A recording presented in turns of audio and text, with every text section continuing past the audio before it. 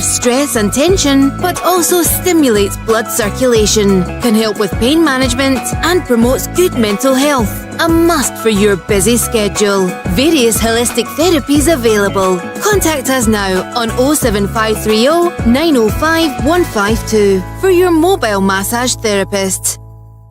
Across the World Wide Web, on your mobile devices, on social media platforms, this is Jambo Radio! www.jamboradio.co.uk. We are multilingual. We are conversational in the languages you best understand. We are Jambo Radio! Jambo Radio, inspiring transformation.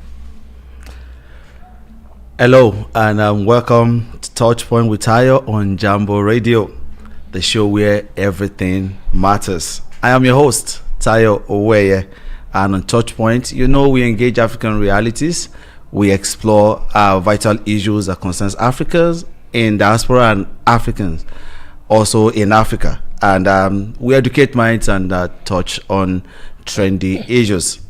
Today on Touchpoint with Tayo, we are still on New Horizons, and students are coming in right now into the UK, the US, and this is when they just come in to resume their studies.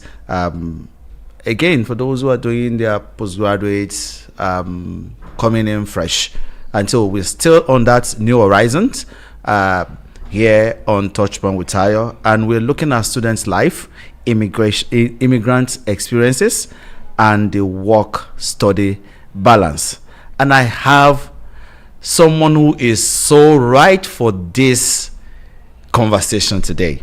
And I have my guest joining me live in our Jambo Radio Scotland studio, Mr. Chigozie Nwange, an environmentalist, the president of Glasgow Caledonia University from 2023-2024. He just finished his tenure and is a MAG Nonsen Award winner, and we hear more about him. Hey, Chigozie, how you doing? This your introduction, I felt like it was someone else you were introducing, not me. Because it was too big.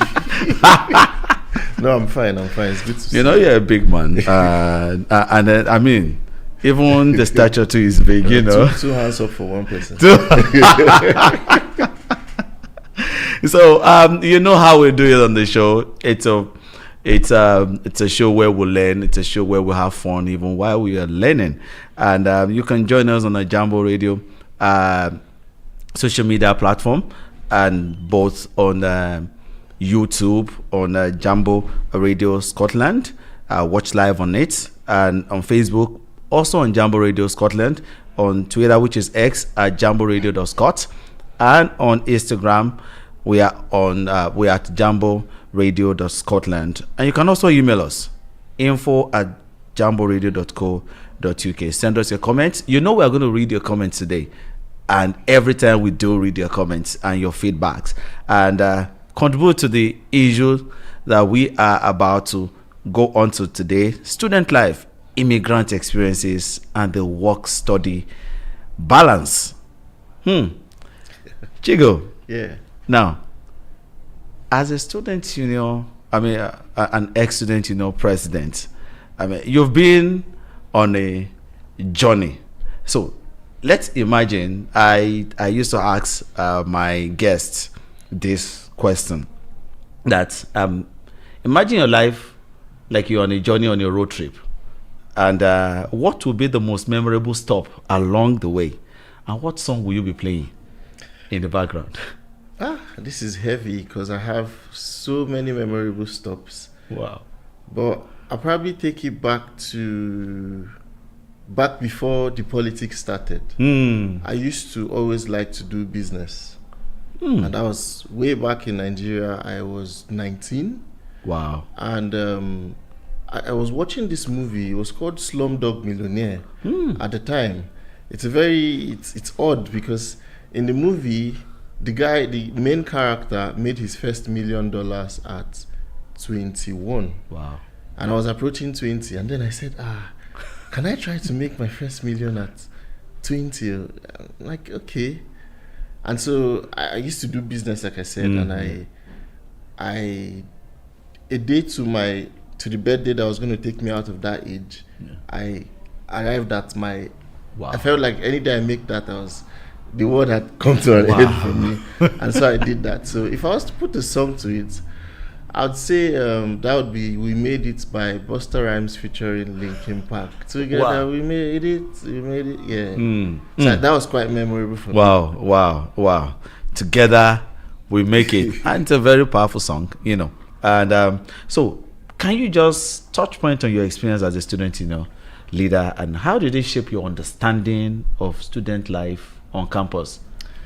Yeah, it was quite a defining point for me in my journey as a student, especially at my university.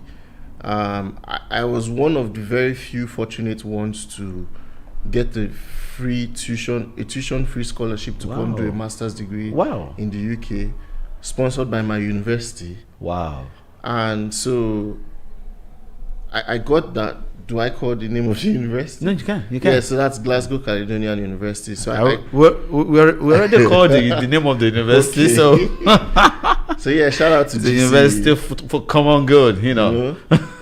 Shout out to GCU. I was in Nigeria and I received the mail that I had gotten a free tuition scholarship. And you know what that means for someone wanting to travel all that way to study. Man, everybody will be playing drums.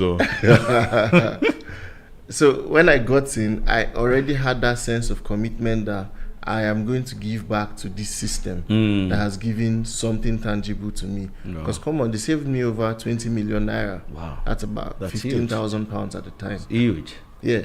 So I got in, I was always helping out people. I had just come myself, I was helping people. And so it was the first day in class and they asked who was going to be class rep. And everybody said, that guy. Wow. I'm like, no. You cannot escape this. You know that point where you just can't say no. Yes. And so I took up the responsibility and I gradually just realized that I was the go-to guy for lots of people. Wow. And so when it was time for student elections for who was going to be president, one way or the other, I just felt it was time to try and serve. But it was new because I was running an election in a place where there were 22,000 students and about 18,000 of them were home, Scottish students. Yeah. So I did my best and I won. But it was quite a good experience because it was one time of my life where I could directly impact in other people's lives by helping change and adjust policies that could favor students, and also just helping students who are in trouble, being able to sit in high-level meetings and agree on things that would affect people's lives. So it was quite a great experience, and if I had a chance to go back, maybe I'll do it again. Wow. As you were just reliving and explaining those stories, I was like imagining you know the way senators used to be, like, you know. It actually came with lots of with a whole lot of, you know, that feel of you being important and responsibility as well, because you were sitting on university courts with millionaire businessmen, and everyone has similar voting rights as you are. No one sees you as less. So they're like, will you vote? Well, it was a good experience. It was one experience I wish every student could have. It has a way of redefining how you think and how you do things. I think we can still talk about that experience probably in another episode. I mean, we can really dig deep into those experiences, because I feel some people also need to understand what it is to be a student union president, the responsibility that comes with it. And it's like, I mean, if we look at student union presidents that we know, you know, we do a lot of Luther Continua. So, but you know, let's talk about the immigrant students' journey. So, if you look at an immigrant student, what does it mean for them to redefine belonging, and when they move into new academic environment and culture? It's not very easy for an immigrant student to belong. And that's because for lots of immigrant students, it's the first time you're being in maybe a new country. It's the first time you're having lecturers who maybe have a different accent from what you've always been used to. Yeah. So it's so many new things coming in at the same time. But then it poses an opportunity for growth, because if you've always eaten egusi soup, then you don't know how okra soup tastes. Yes. So having the opportunity to be in a system where you could try things from a different, it gives you growth. So for an immigrant student who's fresh in the UK, for instance, redefining belonging, first of all, would be for you to accept that this is a new environment and I have to adapt and adjust. Adapt and adjust means you do not always have to do things the old way you've known. Yeah. You have to have an open mind that things might change, social norms might be different. For instance, I'll give an example. In my first degree back in Nigeria, virtually everything was done paper and biro. Yes. Coming here, everything was done on the computer. You have to face it. Yeah, so blackboard and all that. So imagine you're someone who was averse to change. Yeah. It then becomes a problem. Correct. So you just need to learn that it's a new place. You have to open up to doing things differently. Yeah. And also you have to make friends across board. Now that's one challenge I see with new students. So you walk into a university and you see students from, I'll just give a random instance, say from Pakistan, Yeah. are always friends with themselves. And you see students from maybe Nigeria always friends with themselves. You don't get to see students mixing up that much, and that's not so good if you really want to belong. So as a new immigrant student, it's good you make friends across board, learn new things, learn new cultures. That way you just realize that you're now part of the system and you no longer feel like you're out of the system. So just get in tune with people and make new friends. Wow. So if I mean, except someone who doesn't want to change, Stay back. Yeah, you are already changed. Traveling here. Yeah. So why not Make it complete. Yes, make it complete. So what are those unexpected challenges you feel the students really go through in terms of when you think of the non-academic environment, when they stay outside, what are the challenges? I think one very common challenge most people would face, which I also did face, was the sense of community you most likely had back in your home country would most likely be different from what you see here. Yeah. A quick example is back home, everybody was friends with everybody. Yes. Your neighbor, you could go have lunch in your neighbor's house and have dinner in the next neighbor's house. Yes. And then everybody was friends. If you have kids, your kids can be in the next neighbor's house for 6 hours. Coming here, it's not all that the same. People tend to keep to themselves more often. I remember in my first apartment, I didn't even know my neighbor for about 7 months. Wow. But we see every morning and just say hi. Wow. So for someone who is coming here, leaving friends and family behind, that sense of community which you might not get to the extent which you used to have might tend to make you start to feel lonely. And then that brings up the conversation where people say, the UK is boring. Yeah. I don't agree that it's boring. I just believe people need to now network even better, because that sense of belonging, that sense of community is something that if you do not get yourself in tune with it quick enough, you start to feel like you're not part of the system. Like all your business in this country is just your lecture room and your room. And that shouldn't be how it should. I mean, there are quite a number of communities that you had even while you were... even in school, most, like, for instance, if you're an Indian, there's an Indian society, there's a Nigerian student society. So if you start to belong to groups like these, you start to meet people, you start to engage socially, have extracurricular activity, start new relationships, that would definitely make you feel even more welcome. Yeah. And it will ease some nerves. So I would definitely advocate that for students who are coming in newly, don't be in your shell, mix up with people, and you definitely have the best experience here. Oh, wow, great. Let's go beyond academics. What do you think are the, let me call it, hidden curriculum? I mean, there are curricula that they had to move within the school. Yeah. What are those hidden curriculum that are of student life that students should understand? You see, one that I always talk about every time to students is the point that you are a student doesn't necessarily mean that you just come into class and leave. If that's all you do, you're probably getting only 50% of what that school has to offer. I'll give a quick instance. So I knew a student who had a disability, and it was ADHD. This had been diagnosed back home before the student came in. And so technically for most people who have, so ADHD is attention deficit hypersensitivity disorder. And sometimes he had that with dyslexia already diagnosed. So for a student with that kind of mental characteristic, they tend to read things slower and maybe assimilate things at a slower pace. They would still assimilate it, but maybe at a slower pace.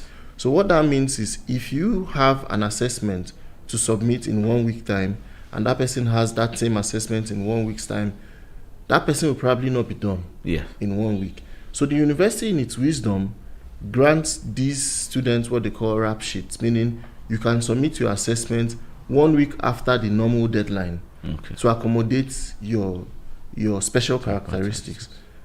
Now, many people do not even know that these things are available to them. And what it means is, you're not utilizing the services the university offers.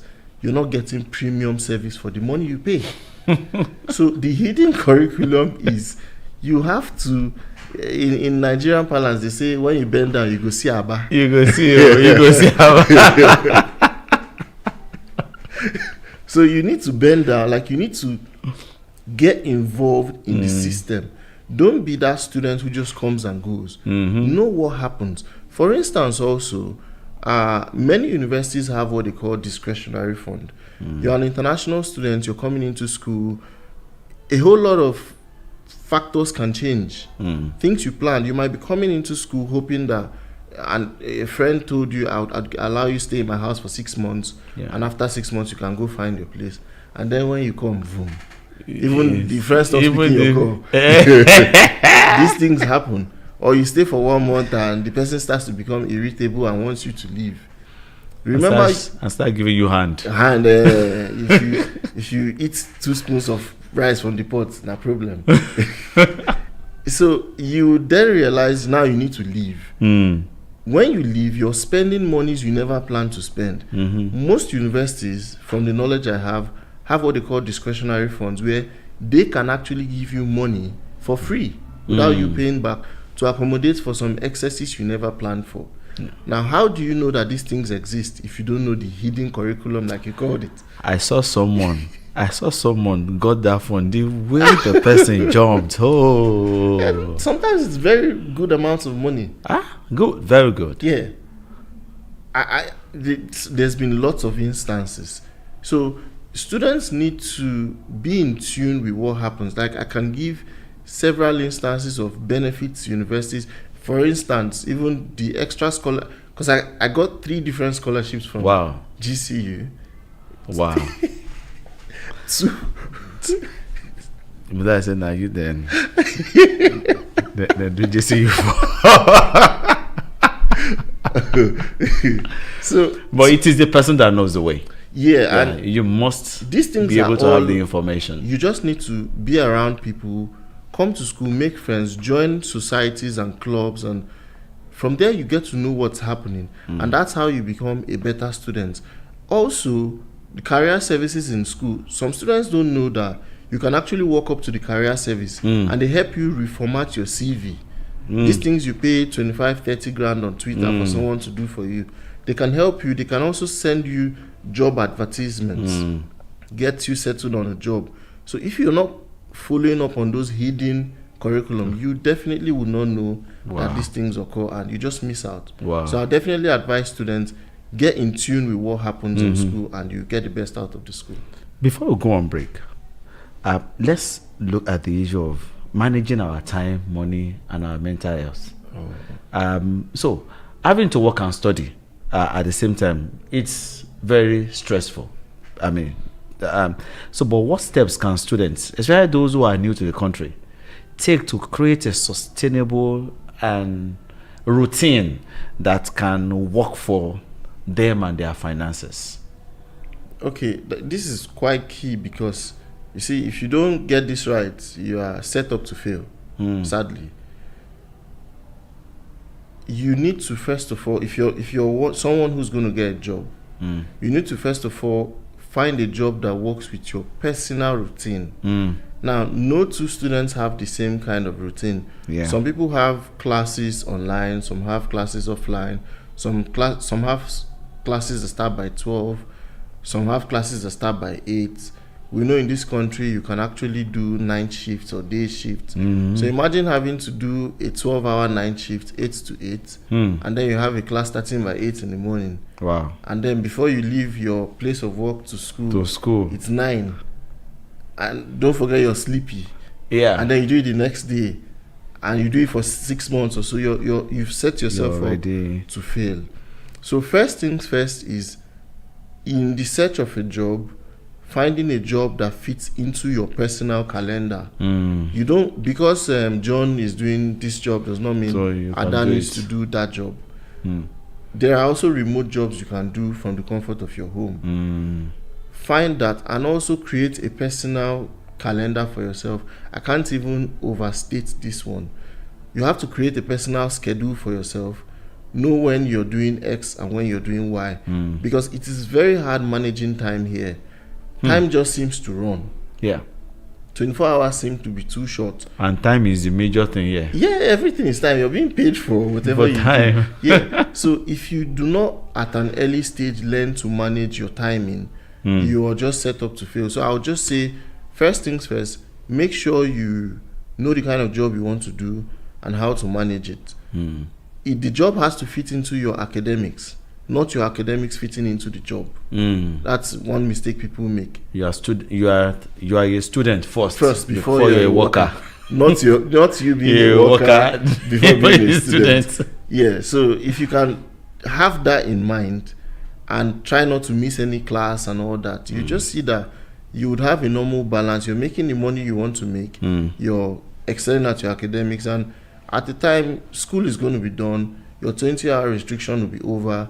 You can then work as much as you want. But while as a student, just ensure that you do not commit yourself to fail by not planning.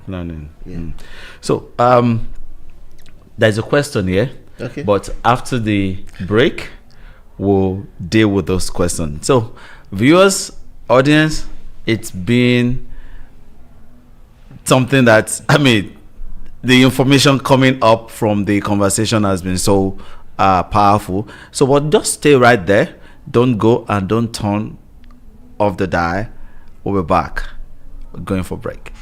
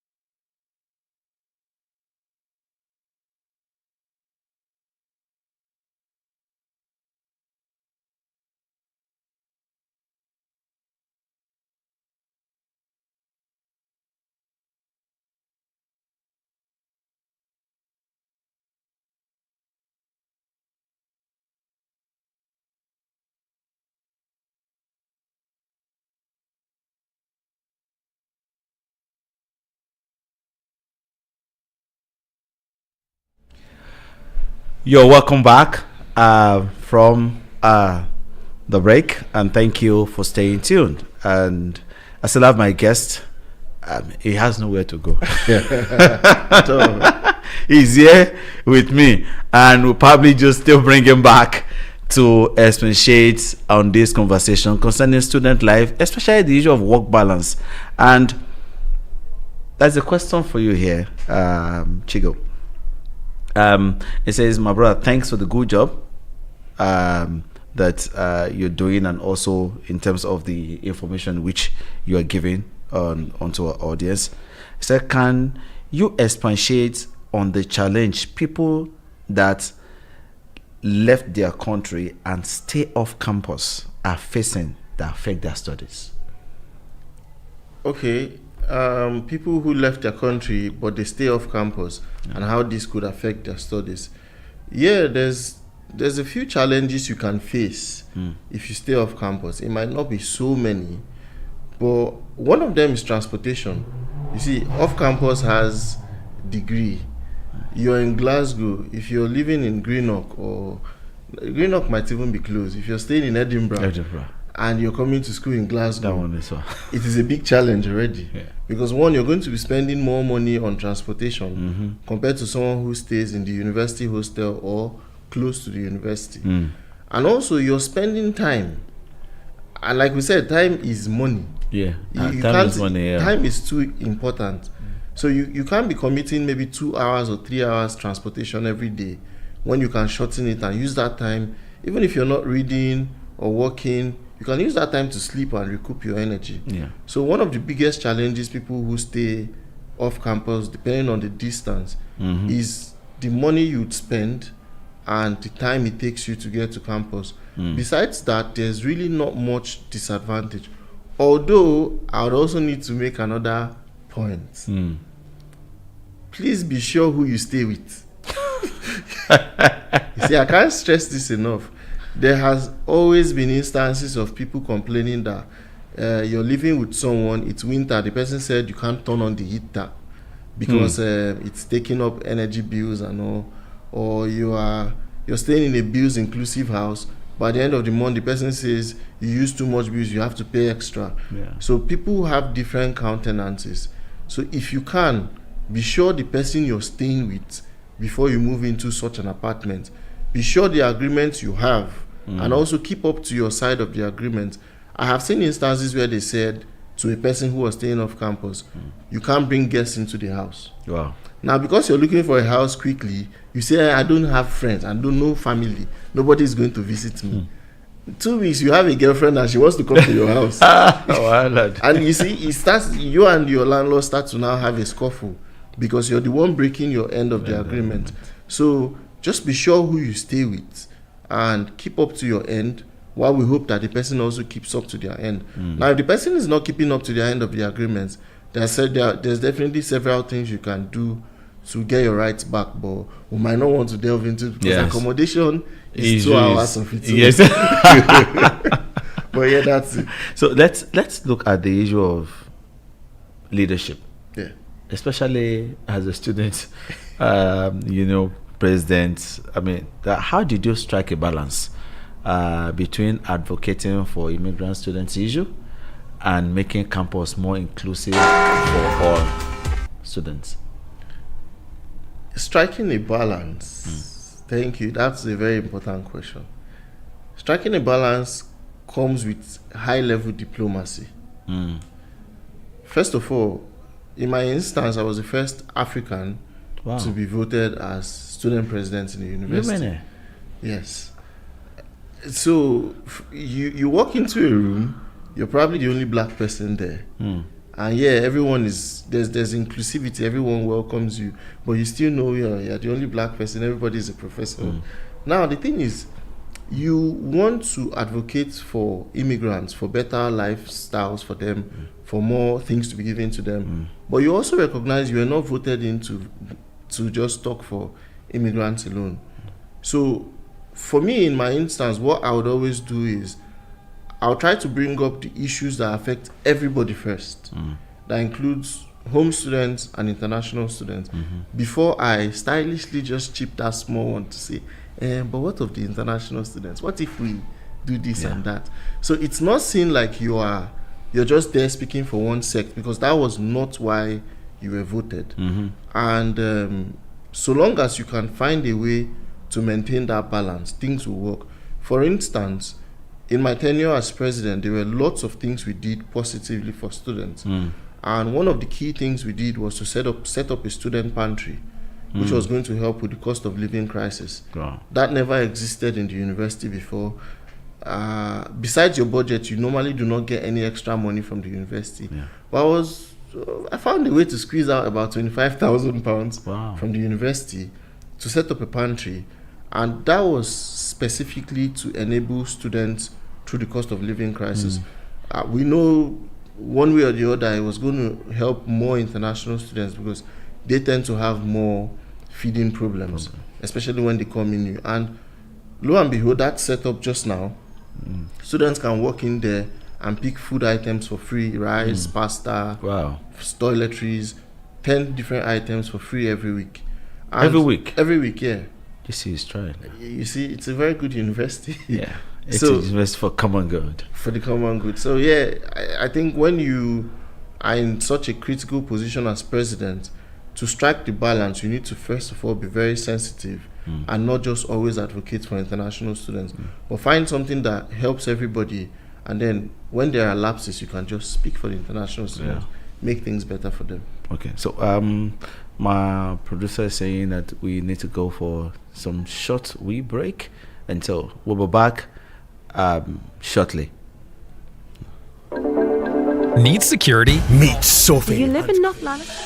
Established in 2006 as one of Glasgow's original mobile massage therapists, we deliver high-quality treatments with the ambition to forge permanent relations with clientele. We specialise in on-site massage, a type of treatment that has been specifically designed to complement the convenience and availability of massage at work.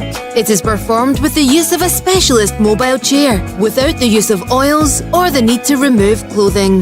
At Massage and Glow, we believe that massage should be a part of your everyday lifestyle. Regular massage not only relieves stress and tension, but also stimulates blood circulation, can help with pain management, and promotes good mental health. A must for your busy schedule. Various holistic therapies available. Contact us now on 07530 905 152 for your mobile massage therapist. Across.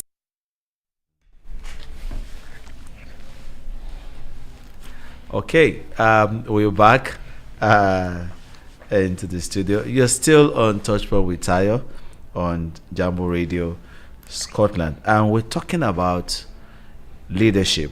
I mean, the future focus perspective of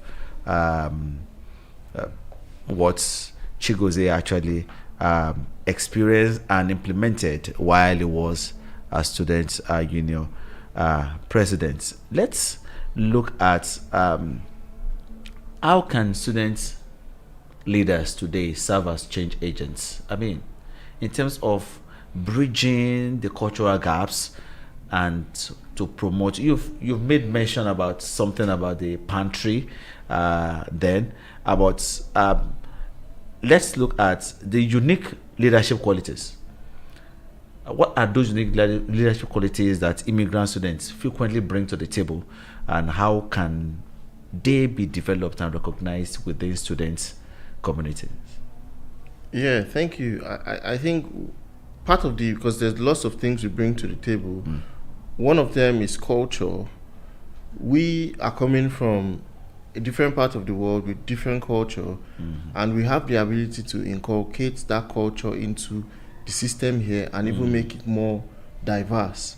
So we come with that, and that can definitely help make the school even more diverse, help home students know how life and things are done elsewhere. Yes, I know in my time we had an international day where students dressed up in their traditional home attire. So colorful.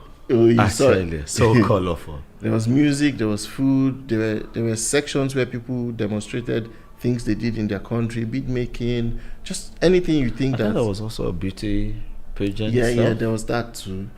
So, and you see, when you do things like that, I actually saw some home students who took time to make traditional attires and wore it on that day. And food. And food as well. Jollof rice was the hinting. There was jollof, there was biryani. So these things are good, and it's also an opportunity for people to mix up. Yeah. So that's one thing we bring to the table. Another thing we bring as well is experience. You know, where we're from, leadership is a big thing. Yeah. So most people in positions of leadership have a lot of experience in dealing with people, in managing humans.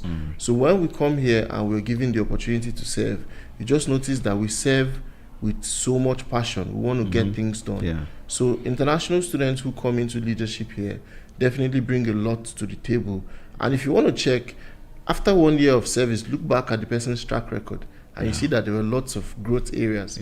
So those are the kind of things we bring. Because you bring, your cultural view, Yeah. balancing, and all of that people coming around. We also help inform the university about things they may have not seen from the lenses of an international student. Because we've lived the experience of getting a visa, going to TLS office and all that. So sometimes, because usually the management of many universities are usually managed by indigenous Scottish people in Scotland. So there's definitely some lived experiences they may have not had because they didn't live through that process you lived through as a student. So coming in firsthand and telling them, oh, I know you think this thing works this way, but because I've gone through, I think if we do it this way, it might be better. And you see, usually when they try it your way, it works. Because you're talking from experience. There is that. I know JCO works with evidence. Full fact evidence. Yes. And let's look at the digital realities for immigrant students. And with more hybrid learning models emerging today, and how has technology reshaped students' life, especially those who are balancing work and adjusting to life in the new country? I think I can't overstate that technology has really helped education, especially the way it's used in the UK here.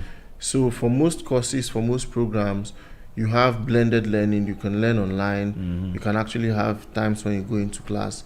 I'm an advocate for face-to-face teaching because you tend to understand even emotions better. Yeah. But at the same time, I know that having lessons online can help, especially international students who maybe need time to work or have caring responsibilities. So you might not, maybe your partner has gone to work and you're the one who needs to take care of the child, but you have a class. If you always miss work because of all the responsibilities if you always miss class because of all the responsibilities you have, you're not going to be efficient. But now, because you can be at the comfort of your home and study online, you can actually still have your career responsibilities taken care of while you're studying actively and participating. So technology has definitely helped. I know it's not at the same par with a lot of experiences we had where we studied back home. So coming in here as an international student, you need to, if you're not IT savvy, you need to find a way to brush yourself up to get. You don't necessarily need to be Mark Zuckerberg and develop Facebook. But you can learn basics of Excel, Microsoft Word, PowerPoint, because these are things you always use. And so long as you've got that basic knowledge, you just realize that you're going to be efficient in your studies. Let's do, because you made mention about the care nursing mothers.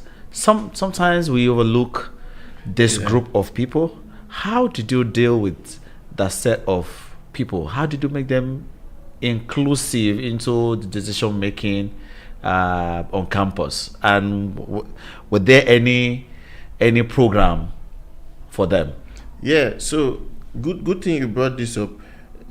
There was a time when it started to become a norm that children were seen on campus. Probably because as a nursing mother who's coming to school, or even a nursing father, they came to study too now. Everyone came to study. You probably have the other person at work or engaged in something, and you're studying, but you came to campus with your child, and then you don't take children into class because of the distraction they can bring, as much as even though children are bundles of joy. So sometimes people could wrongly leave children to loiter, which is unaccepted by the laws of the country and even by the laws of the university.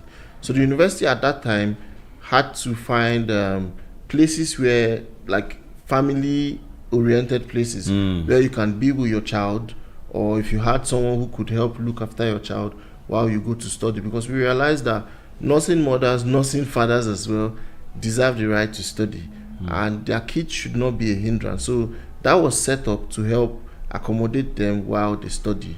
And I think beyond that, the university also has the well-being service, where if you're starting to struggle, you could go speak with them and they can find tailored solutions to your individual problems.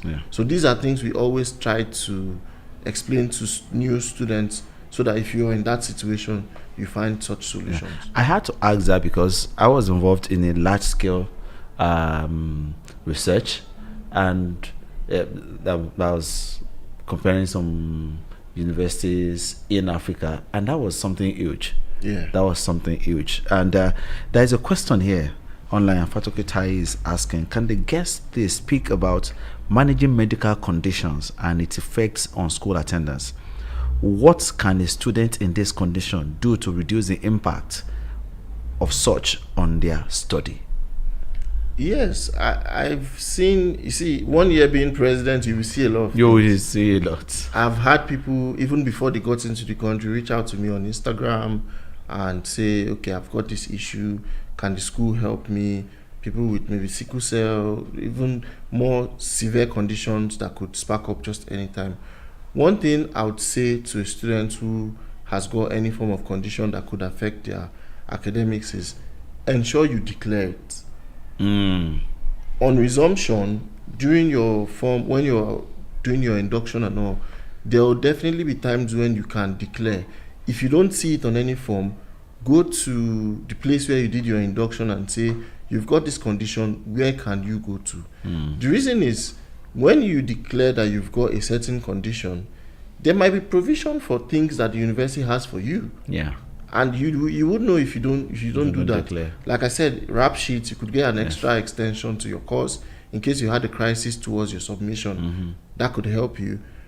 They could also have financial benefits for you, or specialized accommodation for you. So make sure you declare these things to the school, and so that if you ever had an episode that affects your academics, they can treat you with leniency because they were aware. Now, if they're not aware and such things happen, it's a lot difficult, because it will be like they never knew you had a problem. So please ensure you declare whatever it is that's wrong. Well, maybe not wrong, but whatever it is that affects you, and they will definitely manage it and help fix it together with your study, so that you just get excellent experience. Because at the end of the day, the joy of the university is to ensure that everybody moves on successfully, whichever health issues you might have. So the university is there to make sure that you are successful. In a way, you are saying to our audience, a closed mouth is a closed destiny. Very true. Very true. Very true. So speak out. Don't keep things to yourself. Declare it and make sure that everything. And there's no shame in it. There is no shame. I've actually, unfortunately, seen students who had issues. I advise them to go, and they're like, no, if I go and talk, they will say, you have this. I'm like, no, these guys are trained for that. Yes. And there's benefits for you. And there is no form of tagging. No, it's all anonymous. Yes. No one, GDPR, nobody can talk about your situation without your permission. Yes. So it's all anonymous. Go and say what it is and get the benefits of it. Yeah. So let's look at what personal growth stories have you witnessed. Just briefly talk about that, in terms of, because we want to look at how the intersection of personal and professional development of students. What personal growth stories, if you can just share one, have you witnessed among immigrant students as they navigated the intersection of academia, their work, and cultural adjustments? I mean, if you can just briefly, within some few seconds, just touch on that.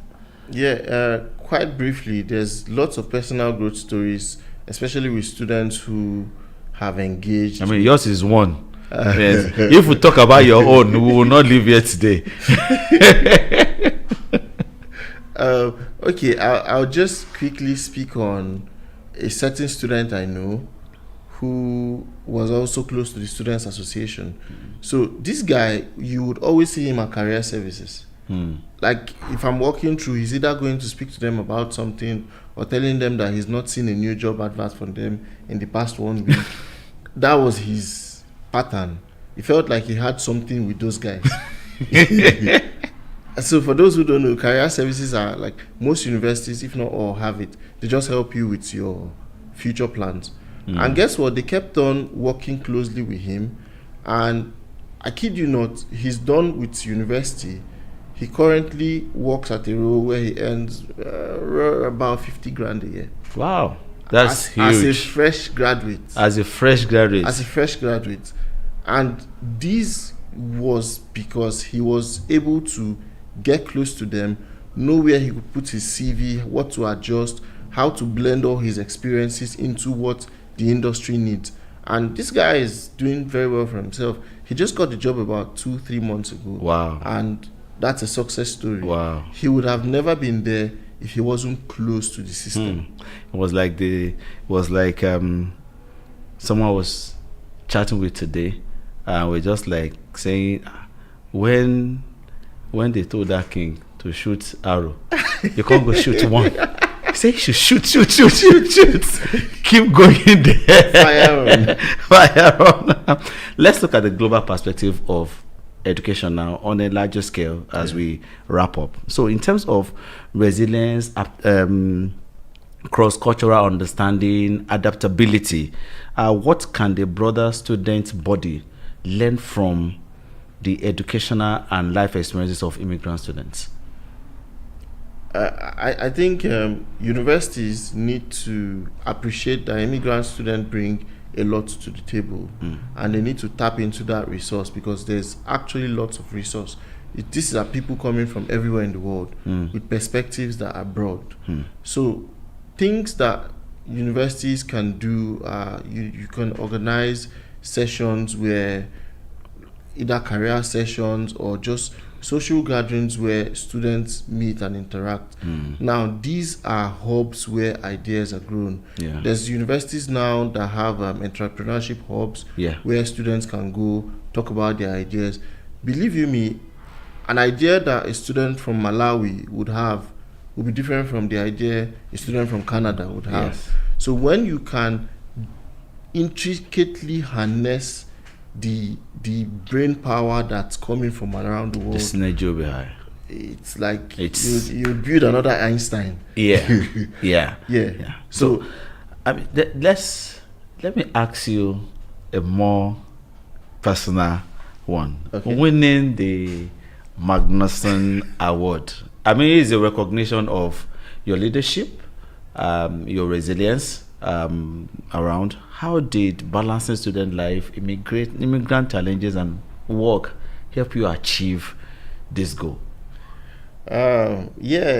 Balancing work, studies, and my life as an immigrant definitely played a part, because when I did apply, because when you're applying, you need to tell them that why the reasons you're applying and what you want to do for humanity. So I used to already do lots of things for charity, set up water boreholes for people for free, collaborating with people to do it. I mean, you're an environmentalist, so and make I'm life better. Geologist. Yeah, I do. Wow. So coming in here, that was my drive. And I then wrote to the university that I could help provide clean water for people who do not even have clean water at all, and to put icing on the cake, powered by solar energy. And it was quite difficult. They felt it wasn't going to be done, and they granted me funding that got done. Now there's over 1,000 people having clean potable water courtesy of the university.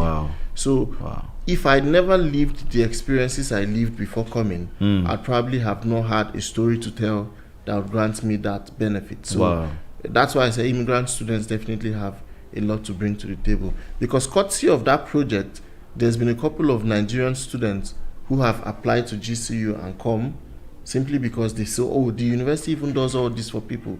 And then through me, they applied and they're here. I wanted to ask about that. And how can someone who is in GCU now, what can they do to be at least close to smelling, if not getting the award?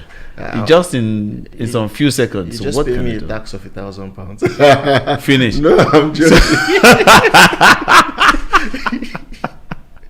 Okay, so basically, you just need to. First of all, I'm always on the website. Yeah. I'm always looking through what the school has to offer in different areas of the university. There are so much information on every university website that nobody ever talks about.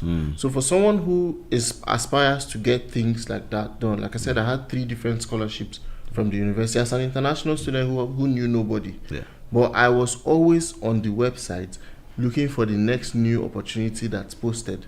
So if you want something, you need to find it, you need to look for it. So the advice I would give is keep being there, keep asking questions, and speak to people who have gotten it before. They can guide you. Okay, so I'm going to run through some questions now, which we're gonna wrap up with Chigo Speaks.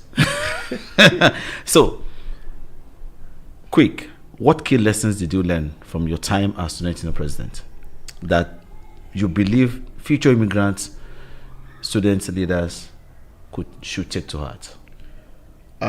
For student leaders, the key lesson I learned is never underestimate the power of negotiation. You can negotiate anything and everything. I have seen myself in situations where a person says no to me, and then I start to negotiate it, and it eventually ends in a yes. And the key lesson there is do not always think about yourself. Think about what the university stands to gain from what you are asking them to do for you. So my key pattern was, I need you to do XYZ for us, but this is what you will get in doing it for us. So learn to negotiate. Learn that there's always something, it's a give and take. Once you know it's a give and take, you would always achieve success. Okay. Secondly, what will you say to students who are struggling to balance work and study, but still aspire to make meaningful impact on their communities? It's not going to be very easy, because you need to first of all strike a balance so that when you're doing this extracurricular activity, it doesn't affect your study and even the money coming in from your work. So the first thing I would say is find a way to balance academics first.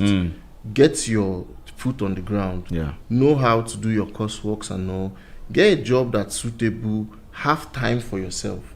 Once you are quite comfortable with your work and academics, it's then easy to find some more time to give to other activities. So please do not use school time to do work, community service, so that you graduate. If not, you might stay here 6 years for one master. And you become a master. You become a master in masters. So guys, don't become a master in masters. Finish the masters, then go ahead with some other community work in which you need to do. Parting shot. Chigo Prodiki Speaks. I would say this to everyone who is probably on their way to coming into the UK or are here already freshly. Do not ever at any point underestimate yourself. I came in here, I never knew nobody in the UK, but things worked out for me like I had a roadmap. But there was no roadmap. The only thing I had was belief. Stay believing in yourself. Interact with people. Never underestimate the benefit of every single relationship you make. Because those relationships can speak for you in rooms where you would be absent. So believe in yourself, and the sky will definitely be your starting point. Believe in yourself, and the sky will definitely be your starting point. Thank you so much, Chigo, for coming today. My pleasure. Thanks, You're brother. welcome. Thank you. You're welcome. And thank you for joining us on Touchpoint with Tayo today. And thanks to my production crew. Thanks to the backroom team, the researchers that keeps bringing all these powerful questions, the social media team. Thank you. And thank you, listeners and audience. Thank you for joining us today and every week back to back. And that is it for this week, ladies and gentlemen. Until next week, remember, life's journey unfolds uniquely. Run your race to attract grace, for it is only within the race that grace finds its way. I've been your host, Tayo Oweye. Join me next week for another exciting episode. Until